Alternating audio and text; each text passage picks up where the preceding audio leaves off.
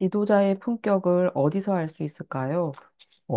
뭐, 품격을 아는 건 여러 가지 기준이 있습니다. 사실은 뭐, 보는 시각에 따라서 여러 가지 평가도 달라질 것이고, 뭐, 그 의견이 여러 가지가 있겠습니다만, 우리는 되게 품격하면요, 좋은 옷을 입거나 좋은 구두는 이게 아닙니다. 그게 아니라 그 사람의 행동이어야 됩니다. 그러니까, 옷은 뭐, 돈만 내면 구할 수 있죠. 네, 그거는, 우리 흔히 그런 얘기하죠. 어, 품격 있는 사람이 좀 수준 있는 사람이 아무리 허름한 옷을 입어도 멋있고요. 천박하게 행동하는 사람들은 아무리 좋은 옷을 입어도요. 행동하고 움직이는 게 그 천박한 티가 납니다.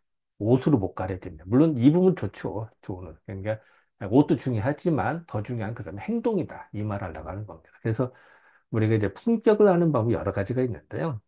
음, 제일 좋은 거죠. 평상시보단 위급할 때에 어떻게 행동하느냐가 중요합니다. 이제 그 예가요. 예전에 보면은 그런 이야기 했습니다. 어, 양반이 지나가는데 소나기를 만났대요. 그때 양반이나 지도자는요, 그냥 태연히 걸어갑니다. 그거를 식민지 사관에서 어떻게 했죠? 아, 양반이 허세부리라 그랬다. 쓰잘데없다. 그런데 그게 아니에요. 자, 거기서 뛰어간다 한들, 소나기가 나 뛰어가도요, 비 맞는 거 똑같습니다. 많이 맞냐, 들 맞냐 차이 이제 비 맞는 거 똑같아. 뛰어가다가 잠깐 넘어지면은 그것도 낭패입니다. 그리고 그 폼도 좋지 않아요, 그게. 어차피 비 맞는 거 태연히 걸어야 사람들을 그 지도할 수가 있습니다. 그 지휘할 수가 있습니다. 그래서 이제 그 옛날에는 그 지도자는 그런 품격이 있었는데요. 사실 좋은 거죠. 소나기가 맞아도 태연히 걸을 수 있다는 건. 갑자기 비가 오거나 갑자기 하면 사람이 막 당황해서 어쩔 줄 몰라. 지도자나 윗사람이 어쩔 줄 몰라. 아랫사람은 더 힘듭니다. 통솔이 안 돼요. 그때 지도자는 예를 들어 나라도 그렇죠. 나라의 지도자들은요, 어떤 일이 있어도 태연히 대처해야 됩니다. 그래야 사람들이 믿고 따르죠. 그게 지도자입니다. 그래서 예전에 이제 그 양반은 그 길을 가다 소나기를 맞아도 태연히 걷는다고 말하는 겁니다. 사실 그런 경우는 이제 그 주역에서는 이렇게 설명을 하고 있는데요. 이 선수계의 경우에는 앞에 험함이 있어서 어차피 기다려야 되는 겁니다. 그래서 건기가 올라도 험하면 탱크가 가다가 강물을 만났어. 그럼 기다려야 됩니다. 그냥 강물 무시하다가 물속에 빠집니다. 강이 얕은 냇물이면 상관없는데 큰 강이면요. 탱크 빠집니다. 그냥. 물론 요새 뭐 탱크가 뭐 이렇게 잔망경이 있어서 조금 수십 몇 미터까지 갈 수 있는 탱크가 있다고 하는데 이것도 뭐 몇 미터지 뭐 20미터다 30미터다 이렇게 물이 깊으면 그냥 꼬르륵입니다. 그냥 할 수 없어요. 이거는. 그런데 요럴 때 이런 질, 자, 이제 초구 같은 경우요. 초구 같은 경우는 험난한 게 꽤 멀리 있습니다. 그럴 때는 초구는 태연하게 기다려요. 태연하게. 평소의 행동과 전혀 흐트러짐 없게. 그런 지혜를 주고요. 이 구이 같은 경우는 조금 초구보다는 좀 가까워졌잖아. 목소리도 들릴 정도야. 깡패의 목소리가. 근데 구이는 그럴 때 중도를 지켜서 대처한다. 이 중이 중요합니다. 왜냐하면 너무 쏠리지 않고 적당히 중도를 지켜서 급히 안 나가고 기다리고 그런 어떤 지혜가 있어요. 그러니까 사실 지도자의 품격인 거죠. 초구도 그렇고 구이도 그렇고. 물론 뭐 굳이 말하면 구이가 더 높은 자리니까 뭐 더 지도자고 여기는 그게 아니라요. 덕목을 말하는 겁니다. 초구도 마찬가지 지도자 덕목이 있는 거죠. 어디는 어떤 지위가 낮다고 지도자가 아닌가 아니야. 덕목은 다 있습니다. 그래서 다시 말하면 초구 같은 경우는 평상시 마음대로 느긋하게 기다리는 지혜를 주고요. 구이 같은 경우는 중도의 마음을 지켜야 된다. 그래서 우리가 이제 평소에도요, 저희들 같은 경우는 이런 얘기를 하면, 한의대생 같은 경우 이렇게 합니다. 본과 3학년이 되잖아요.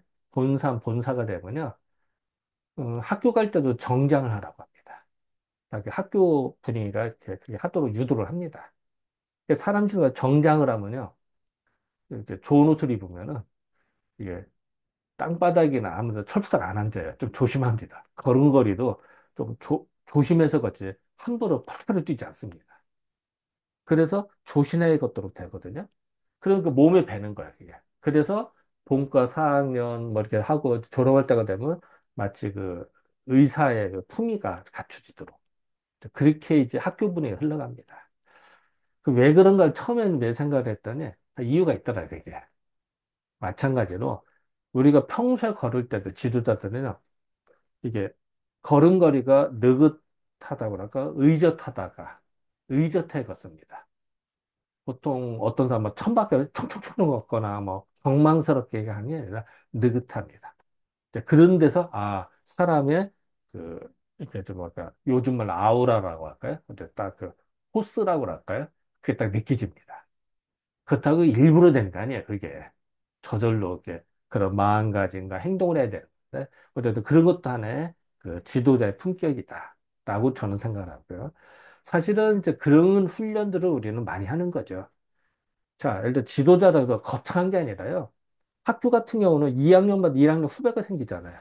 선배야 벌써. 선배는 후배를 거느리는 입장이 됩니다. 거느리는 남편보다도 선배가 이렇게 뭐 알려주거나 뭐 더, 그래서 선배잖아요. 그러면 선배 품격이라고 볼까? 이렇게 봐도 돼. 그러니까 지도자라도 우리는 거창하게 생각할 게 아니라 모든 사람들 해당됩니다. 하다못해 중학교 2학년생도 중학교 1학년보다 선배잖아요. 대학생도 마찬가지로 이 사회 선배들 뭐 여러 선후배 사이들이고 또 하나 직장 같은 경우도 상관 또 그 부하도 있을 거잖아요. 또 군대 같은 경우라든지 아니면 모든 조직사와 그럴 때 어떻게 아랫사람을 잘 지도할 것이냐. 리드라 요즘은 리더십이라고 그러죠. 그 리더십에 대한 관계 이야기가 이런 데 나오는 겁니다. 그래서 예전에는 이제 그런 훈련들을 많이 했죠. 그래서 저 사람이 그 듬직한지 아닌지 그걸 언제 하느냐? 평상시도 중요하지만 더 중요한 위급할 때, 험난함을 당했을 때, 그럴 때 그 사람은 평소에 어떤 거를 했느냐에 따라서 많이 좌지우지가 된다. 이제 그런 어떤 지혜들을 이 숙천숙계 같은 경우에 초구와 구에서 알려주고 있다. 지도자의 품격에서 얘기하고 있다. 이렇게 요즘은 리더십이죠. 리더십을 어떻게 할 것이냐 이렇게 보면 될 것 같습니다. 아니면 회사도 마찬가지죠. 예. 저는 그렇게 생각합니다. 네, 감사합니다. 감사합니다.